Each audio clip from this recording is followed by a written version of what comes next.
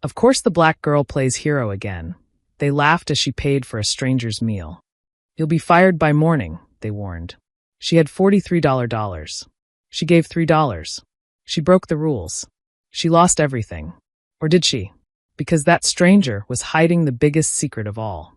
Welcome to Voice of Granny. While you are here, please hit the subscribe button and comment your view on the story and where you're watching from. You know that feeling when you walk into a place and immediately know you don't belong? When every eye seems to measure you and find you wanting. That's exactly what happened one quiet Tuesday night at the Golden Terrace, one of those fancy restaurants where the silverware costs more than most people's weekly groceries. But I'm getting ahead of myself. Let me tell you about Diane. Diane Carter was tired. The kind of tired that lives in your bones and never quite goes away. She'd been on her feet for 9 hours straight, serving people who sometimes looked right through her, as if she were invisible.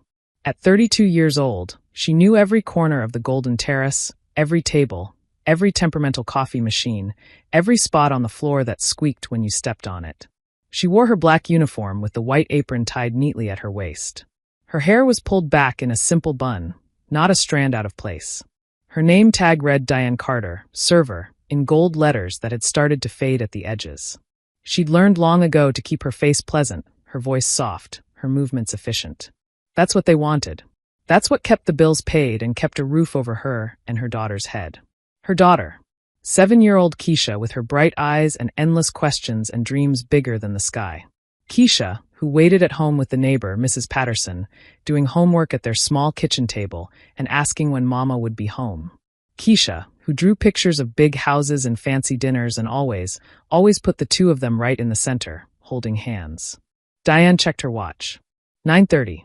Another hour and a half, and she could go home, check on Keisha's homework, kiss her goodnight even if she was already sleeping, and collapse into bed herself.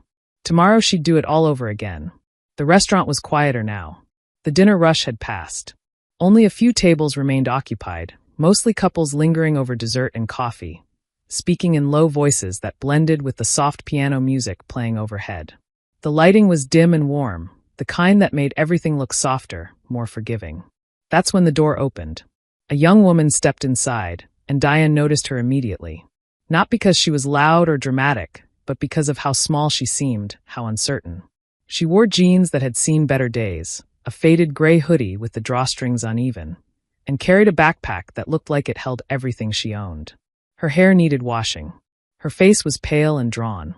She stood just inside the doorway, looking around like she wasn't sure she was allowed to be there. Diane recognized that look. She'd worn it herself once, years ago. Behind Diane, she heard a soft laugh.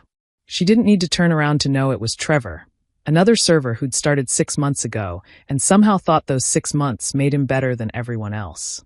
And beside him would be Nicole, the hostess with the sharp tongue and sharper judgment. "Look what just walked in," Trevor muttered, his voice low but not low enough. "I give her 5 minutes before she realizes she can't afford anything here." "Should we even seat her?" Nicole asked, examining her nails like the question was casual, unimportant. "She looks like trouble. Probably going to order water and bread and camp out all night." Diane's jaw tightened. She'd heard this before. Too many times. Comments thrown around like they were nothing, like they weren't talking about real people with real problems and real dignity. The young woman finally moved toward the hostess stand, her steps hesitant. Up close, Diane could see how young she really was. Maybe 22, maybe younger. Her eyes darted around nervously, taking in the white tablecloths, the crystal glasses, the other diners in their nice clothes. "Hi," the young woman said quietly to Nicole. "Table for one, please?" Nicole's smile was professional and cold. "Do you have a reservation?" "No, I just. Is that required?" "Normally, yes." Nicole glanced past her toward the door, as if hoping someone more appropriate might walk in. "We're quite busy tonight." Diane looked around the half-empty restaurant. They weren't busy. Not even close. The young woman's shoulders slumped. "Oh, okay. I can. Is there maybe a spot at the bar? I don't need a full table. I haven't eaten all day and I saw your sign outside and thought maybe." Her voice trailed off, small and defeated. Trevor stepped forward, his professional smile even faker than Nicole's. "Ma'am, perhaps you'd be more comfortable at the diner down the street? Their prices are more accessible." And there it was. That word. Accessible. Like it was helpful. like it wasn't just another way of saying, "You don't belong here." Diane watched the young woman's face flush red. Watched her fingers grip the strap of her backpack tighter. Watched her take a small step backward, as if physically pushed by the words. Something inside Diane made a decision before her mind fully caught up. "I've got this," Diane said, stepping forward. Her voice was calm, clear, steady. She looked directly at the young woman and smiled, a real smile, the kind that reaches your eyes. "Come with me, sweetheart. I'll find you a nice quiet table." Nicole's eyebrows shot up. "Diane, we need to check." "I said I've got this." Diane's tone left no room for argument. She gently touched the young woman's elbow, guiding her away from the hostess stand, away from Trevor's smirk and Nicole's judgment. She led her to a small table near the window, tucked away from the other diners, but still warm and welcoming. She pulled out the chair herself. "Sit down, honey," Diane said softly. "Take a breath. You're okay here." The young woman sat slowly, as if the chair might disappear beneath her. Her eyes were shiny with unshed tears. "Thank you," she whispered. Diane handed her a menu and a glass of water she'd grabbed on the way over. "Take your time. Look through this and see what sounds good. I'll be right back." As Diane walked away, she could feel Trevor and Nicole's eyes on her back. She could practically hear their thoughts. But she didn't care. She'd made her choice. And in an hour, that choice would change everything. The young woman's name was Beth. Diane learned that when she came back to take her order, notepad in hand, smiled gentle and patient. "Beth," the young woman had said quietly, not offering a last name. "Just Beth." "Okay, Beth," Diane had replied warmly. "What can I get for you tonight?" Beth had stared at the menu for a long time, her fingers tracing the prices like she was doing math in her head, complicated math that kept coming up short. The cheapest entree was $28. The soup was $12. Even a side salad was $9. "Aye." Beth's voice cracked slightly. "Could I maybe just get the soup? The tomato basil?" Diane glanced at the girl's thin frame, the way her clothes hung loose, the hollow look in her eyes. "Just soup." $12 worth of soup, when she clearly needed a full meal. "The soup is great," Diane said carefully. "But you know what? The chicken with roasted vegetables is really good tonight. Chef made it special. Very filling." Beth shook her head quickly. "No, just the soup is fine. Thank you." Diane nodded, wrote it down, but her mind was already turning. She'd worked here long enough to know the tricks, the small ways servers helped each other out, the unspoken codes. She walked back to the kitchen and put in the order, but she added something else. The chicken. The vegetables. A side of bread that was supposed to come with premium meals. When she brought it out 15 minutes later, Beth's eyes went wide. I didn't order all this," she said, panic creeping into her voice. "I can't. I only have enough for the soup." Diane set the plates down gently. "Chef's special tonight," she said with a small wink. "He made extra and said it would just go to waste. Might as well go to someone who'll appreciate it. You're doing us a favor, really." Beth stared at the food like it might vanish. Like it was too good to be true. Slowly, carefully, she picked up her fork. "Thank you," she whispered, and this time a tear did slip down her cheek. Diane squeezed her shoulder gently. "Eat, sweetheart. Take your time." She walked away, letting Beth have privacy for her meal and her emotions. But as she moved through the restaurant, checking on other tables, refilling water glasses, clearing plates, she felt eyes on her. Trevor was watching her, arms crossed, expression knowing and smug. Nicole was whispering to him, both of them glancing between Diane and Beth's table. Diane ignored them. She'd dealt with worse. But then Beth finished eating. And then came the moment Diane had been dreading and preparing for in equal measure. Beth waved her over nervously, her empty plates pushed to the side. She looked better already, some color back in her face, some life back in her eyes. But her hands were shaking as she pulled out a small, worn wallet. Could I get the check, please?" she asked. Diane pulled out her pad, did the calculation. Just the soup, like Beth had actually ordered. $12 plus tax. "That'll be $13.50, she said gently. Beth opened her wallet. Inside was a scatter of bills and coins. She counted it carefully, her lips moving silently. Once. Twice. 3 times. Each time, her face grew paler. She looked up at Diane, eyes wide with horror. "I thought I had enough. I was so sure. But I'm short. I'm $3 short." Her voice broke on the last word. "I'm so sorry," she continued, words tumbling out fast and desperate. I can. I can leave my backpack here. I can come back tomorrow with the rest. I swear I will. I'm not trying to steal. I just miscounted and I. Beth, Diane said softly, crouching down beside her table so they were eye level. Breathe. Just breathe for me. Beth sucked in a shaky breath, tears streaming freely now. Behind them, Diane heard Trevor's voice, louder now, making sure she'd hear. Told you she couldn't pay. Should have sent her to the diner. And Nicole, sharp and cutting. Some people just know how to pick them, don't they? Always the bleeding heart. Diane felt heat rise in her chest, anger and hurt mixing together. But she kept her face calm, kept her voice steady. How much do you have? She asked Beth gently. $10.50, Beth whispered, ashamed. Diane nodded. She stood up, straightened her apron, and pulled out her own wallet from her pocket. It wasn't thick. It never was. Inside was $43, her tips from tonight. Money she'd already divided up in her head. 30 for groceries, 10 for Keisha's school trip next week, 3 for gas.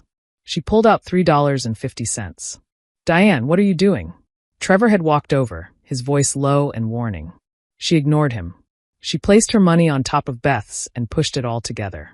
Then she picked up the check and walked calmly to the register. You can't cover a customer's meal, Trevor hissed behind her. It's against policy. You know that. I know a lot of things, Diane said quietly, ringing up the payment. The register beeped cheerfully, processing the transaction. Nicole appeared beside Trevor, her expression shocked and delighted at the same time, like she'd just watched someone commit a crime. Mr. Hammond is going to fire you for this, she said. You know that, right? You just broke the biggest rule in the book. Diane printed out the receipt, stapled it neatly, and walked back to Beth's table. She handed her the receipt and a small wrapped mint. You're all set, she said gently. Take care of yourself, okay? Beth stood up, clutching her backpack, tears still wet on her face. Why would you do that? She asked, her voice breaking. You don't even know me. Diane smiled, soft and sad. Because someone did it for me once. A long time ago when I needed it most. And they told me that someday, when I could, I should do it for someone else. She paused, glancing back at Trevor and Nicole, at the judgment in their eyes, at the comfortable cruelty that lived so easily in people who'd never known desperation. And because, she continued, looking back at Beth, I'm tired of letting people be treated like they're worth less just because they have less. Beth threw her arms around Diane in a sudden, fierce hug. Diane hugged her back, this stranger who wasn't a stranger, this girl who could have been her years ago. When Beth pulled away, she looked at Diane like she was memorizing her face. Thank you, she said. Thank you so much. Then she hurried toward the door, wiping her eyes, and disappeared into the night. Diane stood there for a moment, watching the space where she'd been. That was really stupid, Trevor said from behind her. Diane turned around slowly. Maybe, she said. But it was right. Nicole shook her head. Mr. Hammond is going to hear about this. Tonight. Diane felt exhaustion wash over her, bone deep and heavy. She'd just spent money she needed. She'd broken a rule she knew existed. And now she'd probably lose her job. But when she thought about Beth's face, about the relief and gratitude and simple human dignity of a meal eaten without shame, she couldn't bring herself to regret it. Let him hear, Diane said quietly. I'll deal with it. She went back to work, clearing Beth's table, wiping it down, resetting it with fresh silverware and a clean tablecloth. Her hands were steady. Her heart was pounding. And somewhere in the back of her mind, she was already figuring out how to explain to Keisha why Mama might be home more often soon, and not in a good way. The next morning came too fast and too bright. Diane had barely slept, her mind replaying the night over and over. The look on Beth's face. The money leaving her wallet. Trevor's smirk. Nicole's warning. Keisha had been full of questions at breakfast, picking up on Diane's worry the way children do, with that instinct that sees right through adult pretending. Are you okay, Mama? She'd asked, her spoon hovering over her cereal. I'm fine, baby, Diane had lied, kissing the top of her head. Just tired. Now, standing outside the Golden Terrace at 10 in the morning, Diane felt the weight of what she'd done settle heavy on her shoulders. She'd been called in early. The text from Mr. Hammond had been brief and cold. Office. 10 a.m. important. She knew what that meant. The restaurant looked different in daylight, less magical, more ordinary. The windows she'd looked through hundreds of times. The doors she'd walked through thousands of times. Maybe for the last time. She thought about Keisha's school supplies and the rent due in 2 weeks and the way her daughter's face lit up when Diane came home, no matter how late. She thought about bills and groceries and that nagging sound the car was making that she couldn't afford to fix yet. And she thought about Beth, hungry and scared and $3 short, and the moment of human kindness that had cost Diane everything. Was it worth it? Would she do it again? Yes, she realized. Even knowing everything. Yes. She pushed open the door. The restaurant was empty of customers, just staff preparing for lunch service. A few servers she knew glanced up at her, their expressions sympathetic. They'd heard. Of course they'd heard. News traveled fast in a place like this. "He's waiting in the back office," said Carmen, one of the older servers who'd always been kind to Diane. She touched Diane's arm gently. "I'm sorry, honey." Diane nodded, unable to trust her voice, and walked toward the back. Past the dining room, through the kitchen where cooks were prepping vegetables and checking ovens, down the narrow hallway with staff schedules posted on the wall. The office door was closed. She could hear voices inside. More than one. She knocked, her knuckles barely making a sound against the wood. "Come in," Mr. Hammond's voice called. Diane opened the door and stopped. Mr. Hammond sat behind his desk, his expression stern and uncomfortable. Trevor leaned against the wall, arms crossed, looking satisfied. Nicole sat in one of the chairs, phone in hand. And in the other chair sat someone Diane didn't recognize. A woman, maybe in her early 30s, wearing a crisp business suit, her dark hair pulled back in a professional bun. She held a tablet and was looking at Diane with an expression that was completely unreadable. "Ms. Carter," Mr. Hammond said, gesturing to the empty chair. "Sit down, please." Diane sat, her back straight, hands folded in her lap. Whatever was coming, she'd face it with dignity. "I'm sure you know why you're here," Mr. Hammond continued. He looked tired, older than usual. "Last night, you violated a clear company policy. You paid for a customer's meal out of your own pocket." "Yes, sir," Diane said quietly. "I did." "That's theft," Trevor interjected from the wall. "She essentially stole food to give away." "I paid for it," Diane said, her voice stronger now. "With my own money. Nothing was stolen." "You circumvented our payment system," Mr. Hammond said. "You made unauthorized decisions about pricing and service. You." He paused, rubbing his forehead. "You put the restaurant in a difficult position, Ms. Carter." "I helped someone who needed help," Diane replied. She looked directly at him. That girl was hungry. She was desperate. She was $3 short of paying for a bowl of soup, and she was about to leave without eating because of it. "Then she should have gone somewhere she could afford," Nicole said sharply. Diane turned to her. "She came here because she was hungry, and this is where she ended up.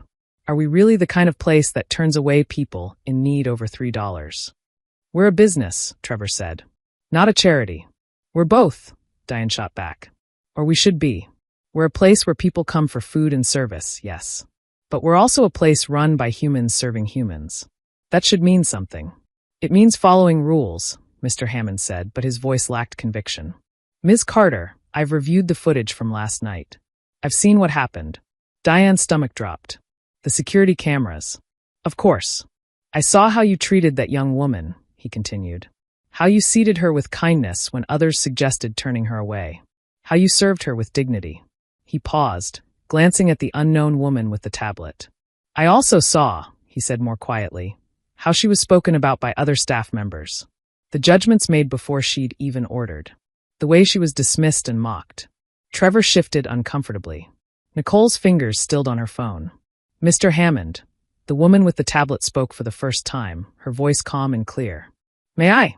He nodded, looking almost relieved. The woman stood and turned to face Diane fully. "Ms. Carter, my name is Victoria Ross. I work in corporate oversight for the Meridian Restaurant Group." Diane's heart sank further. Corporate. This was worse than she thought. "I need to tell you something," Victoria continued. "That young woman last night? Her name is Beth Morrison. And she's my niece." The room went absolutely silent. Victoria's expression softened slightly. "Beth has been going through a very difficult time. She lost her job 3 months ago. Lost her apartment. She's been couch surfing with friends, trying to get back on her feet. Last night, she'd had 3 job interviews and they all fell through. She was exhausted and hungry and at the absolute end of her rope." She looked down at her tablet, then back up at Diane. "She called me this morning crying," Victoria said. "Not because she was still upset about being hungry, but because a waitress at the Golden Terrace treated her like a human being. Because someone saw her, really saw her, and chose kindness when cruelty would have been easier. Diane felt something hot and sharp behind her eyes. She told me everything, Victoria continued. How you protected her from other staff members' comments. How you made sure she had a real meal. How you paid what she couldn't cover without making her feel ashamed. She turned to look at Trevor and Nicole. She also told me about the things she overheard. The suggestions that she should leave. The comments about her appearance. The judgment. Trevor's confident posture cracked. Nicole set down her phone. Ms. Carter, Victoria said, turning back to Diane. You did violate policy.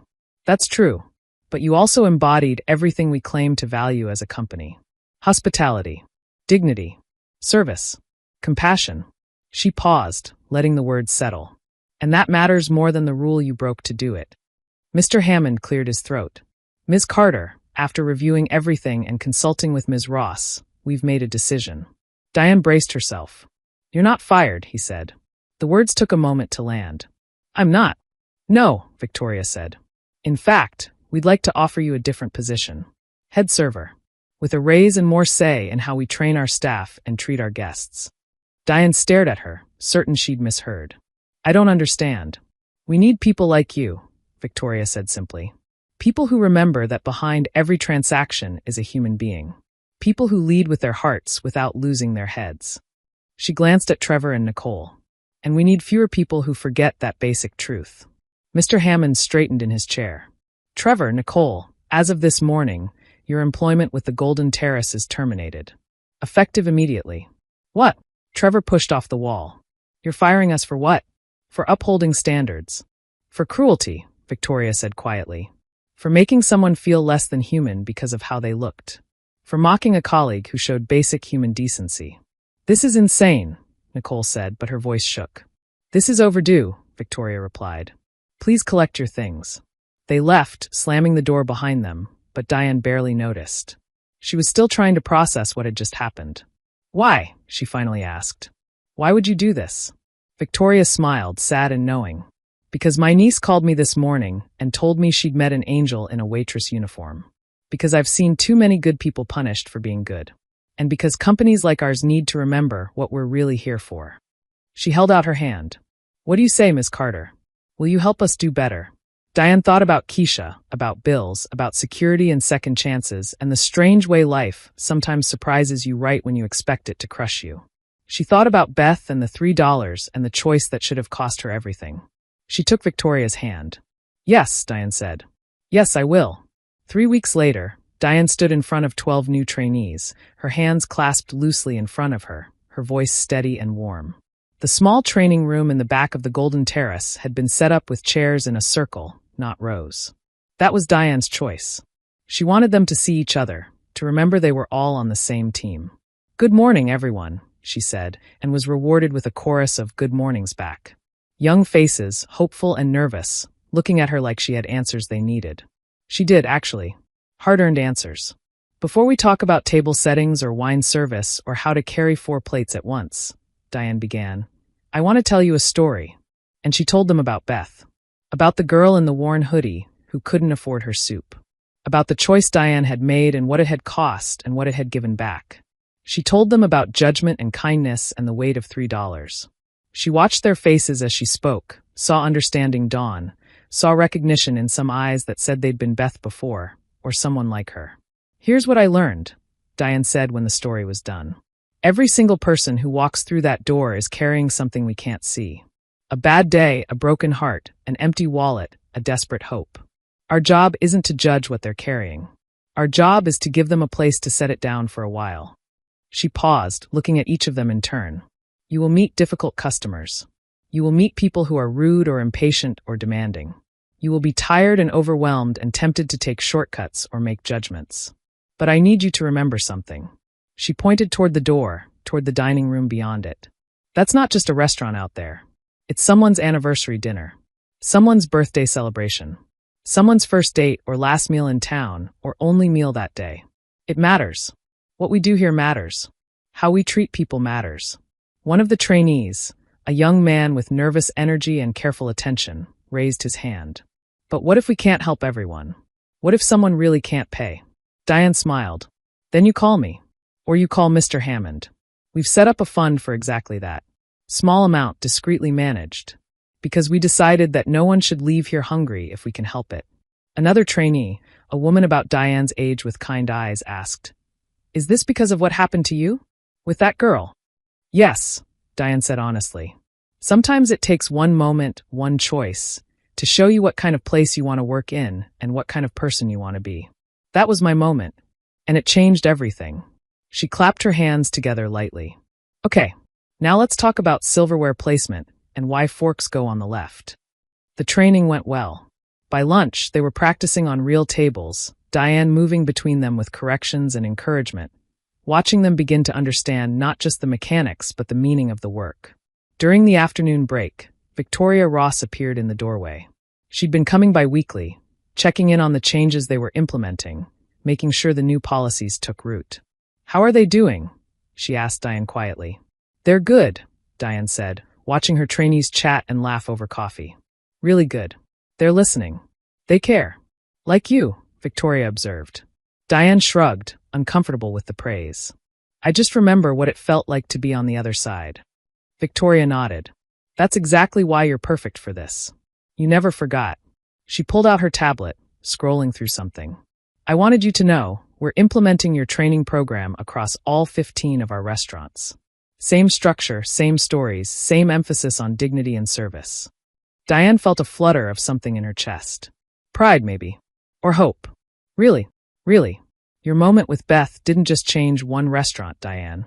It's changing how we think about hospitality across the entire company. That evening, as Diane was finishing up paperwork in her new small office, head server actually came with a desk and everything. There was a soft knock on the door. Come in, she called, expecting another staff member with a question. Instead, Beth stepped inside. Diane stood quickly, surprised and delighted. Beth, I didn't know you were coming by. Beth looked completely different. She wore clean jeans and a nice sweater. Her hair was washed and styled. She carried a purse instead of a backpack. Most importantly, her eyes were clear and bright, no longer haunted by that desperate fear. I wanted to come say thank you, Beth said. Properly. Not just over the phone to my aunt. You don't need to thank me, Diane said, but Beth shook her head. I do, though. That night, I was at the absolute lowest point. I'd been rejected from 3 jobs in one day. I hadn't eaten since the morning before. I was starting to think maybe everyone was right.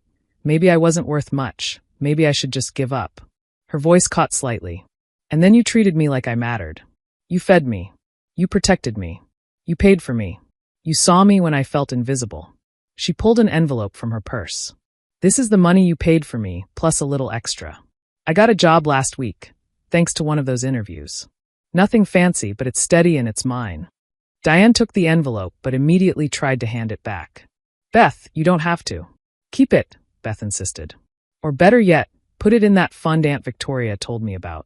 The one you set up for other people like me. Diane's throat felt tight.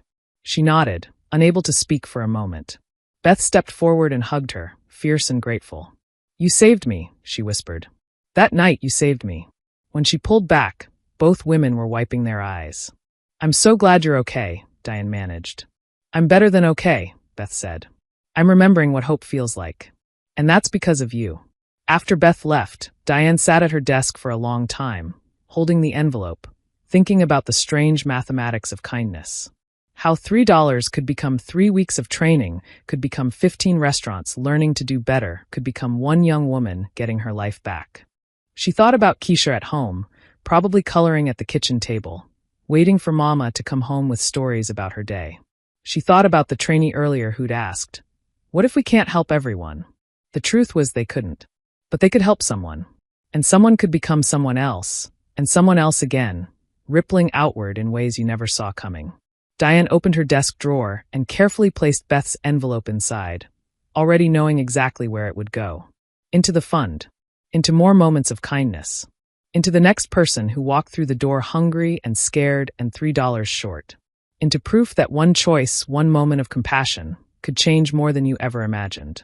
6 months had passed since the night that changed everything, and Diane Carter stood in the main dining room of the Golden Terrace at 7 in the evening, watching the organized chaos of dinner service with the calm satisfaction of someone who knew they were exactly where they were supposed to be. The restaurant hummed with life. Tables full of families and couples and groups of friends. The soft clatter of silverware, the murmur of conversation, the occasional burst of laughter. The warm lights reflected off polished surfaces, creating pockets of gold throughout the room. Her staff moved through it all with purpose and care. The trainees from 6 months ago weren't trainees anymore. They were confident servers who remembered every lesson, especially the ones about treating people with dignity. She watched Sarah, one of her best, pause at a table where an elderly couple was having trouble reading the menu in the dim lighting. Without being asked, Sarah quietly brought over a small reading light and set it up discreetly. The relief on their faces made Diane smile. She watched James, still nervous but improving every day, take extra time with a family whose son had special dietary needs, making notes carefully and promising to check with the kitchen staff personally. This was what she'd built, what they'd all built together. Not just a restaurant that served food, but one that served people. Really served them. Diane. She turned to find Keisha standing in the doorway, hand in hand with Mrs. Patterson. Diane had asked them to stop by tonight for something special. Baby girl. Diane crouched down and Keisha ran into her arms, nearly knocking her over with the force of her hug. Mama, this place is so pretty, Keisha breathed, her eyes wide as she looked around at the lights and the tables and the elegant space. Is this really where you work? This is it, Diane said proudly. What do you think? I think it looks like my drawing, Keisha whispered. Diane's heart squeezed. The drawing. Keisha's picture of a beautiful building with golden lights and 2 figures holding hands. It had been taped to their refrigerator for months, a reminder of dreams and possibilities. You're right, Diane said softly. It does, doesn't it? Victoria Ross appeared from the back office, smiling warmly. She'd become a regular presence, not as a boss checking up on things, but as someone genuinely invested in what they were building here. Diane, is this your daughter? Victoria asked. This is Keisha, Diane said, standing and resting her hand on her daughter's shoulder. Keisha, this is Ms. Victoria. She's the one who helped give Mama her new job. Keisha, who was usually shy around strangers, studied Victoria seriously. Thank you for helping my mama, she said. She's the best server in the whole world. Victoria laughed, delighted. I think you're absolutely right. Actually, Victoria said, glancing at Diane, that's part of why I'm here tonight. Can we talk for just a minute? Diane nodded, asking Mrs. Patterson to stay with Keisha while she stepped aside with Victoria. I have news, Victoria said, her expression both excited and careful. The board of directors met yesterday. We've been reviewing the success of the changes here at the Golden Terrace. Customer satisfaction is up 30%. Staff retention has improved dramatically. We're getting reviews that mention kindness and care, not just food quality. Diane felt pride warm her chest. The team has worked really hard. They have, Victoria agreed. And it's because of your leadership, which is why the board has approved a new position. Director of Hospitality Services for the entire Meridian Restaurant Group. 15 restaurants. You'd oversee training, set standards, build programs. You'd shape how we treat people across the company. Diane's breath caught. Me. You, Victoria said firmly. You've already proven you can do this. You've changed one restaurant completely. Now we want you to change all of them. Diane looked over at Keisha, who was pointing excitedly at the lights, explaining something to Mrs. Patterson with animated gestures. I have a daughter. I can't travel constantly or... The position is based here, Victoria interrupted gently. Same city, reasonable hours, much better pay. You'd travel occasionally, but we'd work around your schedule. We know you're a mother first. We're not asking you to choose. Diane felt tears prick her eyes. A year ago, she'd been scraping by, one emergency away from disaster. She'd been invisible to most people, just another server in a black uniform. And now, yes, she said, her voice breaking slightly. Yes, I'll do it. Victoria smiled and pulled her into a hug. Thank you. You have no idea how much this means. I think I do, Diane whispered back. They returned to Keisha, who was now sitting at one of the tables, swinging her legs and looking around with pure joy on her face. Keisha, Diane said, sitting beside her daughter. How would you feel if Mama's job got even bigger? If I got to help teach people at lots of restaurants how to be kind. Keisha's eyes went wide. Like a teacher? Sort of like that, yes. Would you still come home every night? Every single night, Diane promised. Maybe even earlier than I do now. Keisha thought about this seriously, then nodded. Okay, but only if you promise to still tell me stories. Diane laughed, pulling her daughter close. I promise. I'll always have stories for you. As they sat there together, Victoria excused herself to make some calls, and Mrs. Patterson smiled knowingly from across the table. The restaurant continued its evening rhythm around them, and Diane thought about all the moments that had led to this one. A girl in a gray hoodie, $3 short. A choice to help when it would have been easier to walk away. Co-workers who'd mocked her for caring. A policy broken and a heart that refused to bend. And somehow, impossibly beautifully, it had all led here.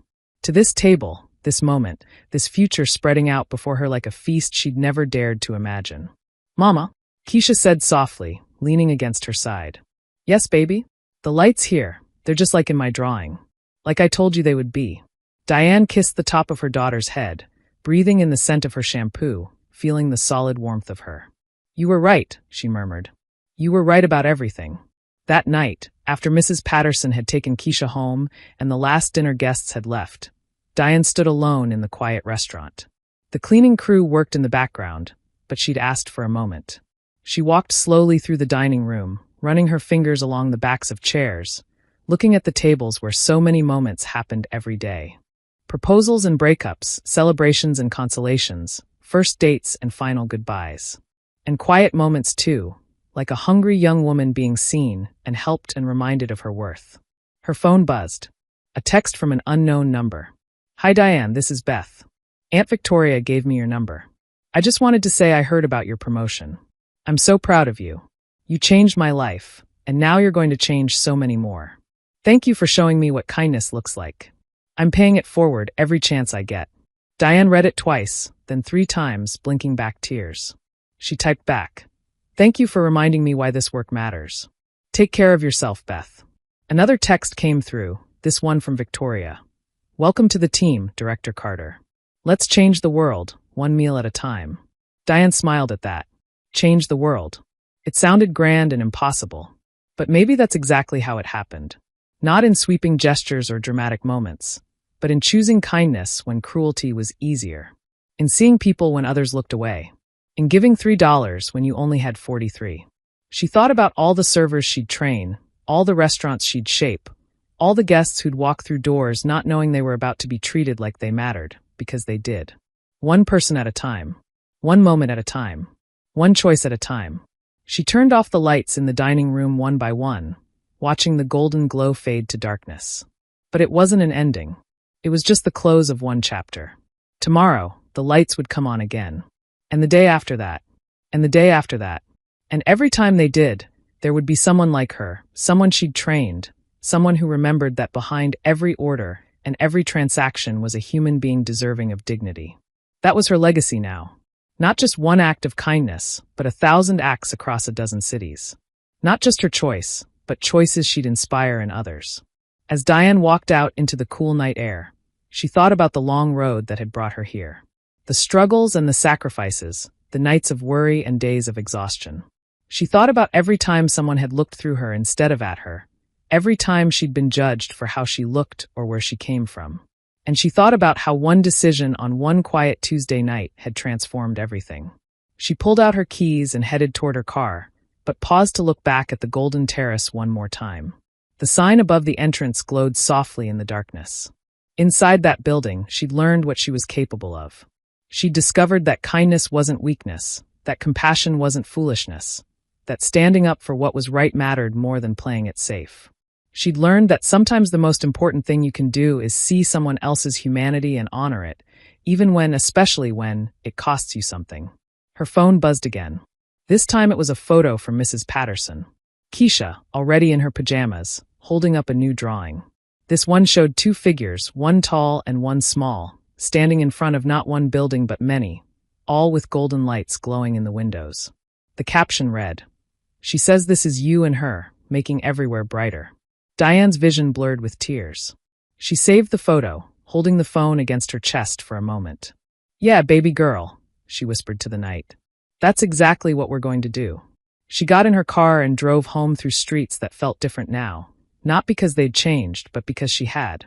She'd learned that you don't have to be powerful to be powerful. You don't have to be rich to be generous. You don't have to be important to make a difference.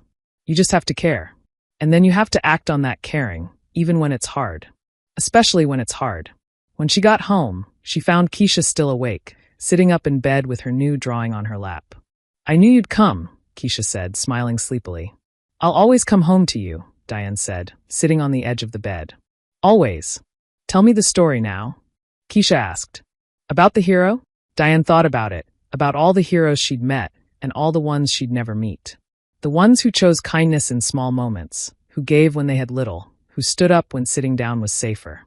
"Once upon a time," she began, tucking the blanket around her daughter, "there was a woman who learned that being a hero doesn't mean being perfect or powerful. It just means being present, being willing to help, being brave enough to care when others look away. Like you," Keisha murmured, her eyes already drooping. "Like a lot of people," Diane corrected gently. "Like anyone who chooses to make someone else's day a little brighter." "Will I be a hero someday?" Keisha asked. Diane kissed her forehead. "Baby, you already are. Every time you're kind, every time you share, every time you see someone who needs help and you give it. That's what heroes do. They light up the dark places." Keisha smiled, satisfied, and within moments she was asleep, her breathing soft and even. Diane sat there for a long while, watching her daughter dream. She thought about the future spreading out before them both. The challenges that would come, yes, but also the possibilities. The doors that had opened and the ones still waiting. She thought about $3 and what they'd bought. Not just a meal for a hungry girl, but a reminder that every choice matters. That every action ripples outward in ways you can't predict or control. That sometimes the smallest gesture becomes the biggest story. And she thought about all the people out there right now in restaurants and stores and streets, facing their own moments of choice. Would they look away or would they see? Would they judge or would they help? Would they protect themselves or would they risk something for someone else? She hoped they'd choose kindness. And tomorrow, through her work, she'd make sure more of them did. Diane stood quietly, turned off Keisha's light, and walked to her own room. She was tired, bone-tired, but it was a different kind of tired now. The good kind. The kind that comes from building something that matters. Before she went to sleep, she looked at her phone one more time. The photo of Keisha's drawing, all those buildings, all those lights. "We'll make it real," she promised quietly. "Every single one. And in the morning she'd start. One restaurant at a time. One server at a time. One guest at a time. Because that's how you change the world. Not all at once in one grand gesture, but steadily, patiently, deliberately, one act of kindness at a time." The lights were waiting to be turned on. And Diane Carter, former server, current director of hospitality services, single mother, and keeper of the $3 story, was exactly the person to do it. She closed her eyes and smiled. Tomorrow was going to be beautiful. If you've ever been the person who couldn't quite afford something, or if you've been the person who helped when you didn't have to, you know this story isn't just about Diane and Beth. It's about all of us. About the choices we make when no one's watching. About the moments when we decide whether to be kind or convenient. What would you have done in Diane's place? What will you do the next time you see someone struggling? The lights are waiting. All you have to do is turn them on.